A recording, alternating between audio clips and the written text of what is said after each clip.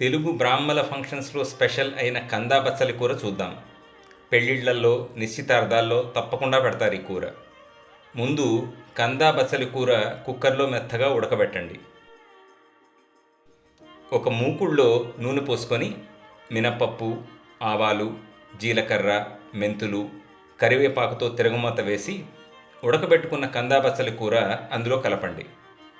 ఒక పప్పు గుత్తి తీసుకొని కంద ముక్కల్ని మ్యాష్ చేయండి.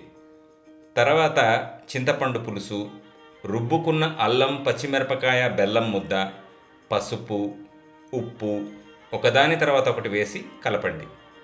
చివర్లో ఆవాలు ఇమాం దస్తాలో నీళ్లు, నూనెతో కలిపి మెత్తగా రుబ్బిన పేస్ట్ వేసి బాగా కలిపి దించేయండి.